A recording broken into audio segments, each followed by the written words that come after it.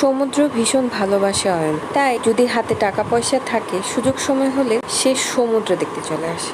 আজও সে এসেছে। আজকে যেহেতু মেঘলা দিন, তার উপর প্রায় সন্ধে হয়ে যাচ্ছে, তাই মানুষজন খুবই কম। সে যে জায়গাটা দিয়ে হেঁটে যাচ্ছে এই পাশটায় একদমই মানুষজন কম থাকায় সে যেন আরো এনজয় করছে।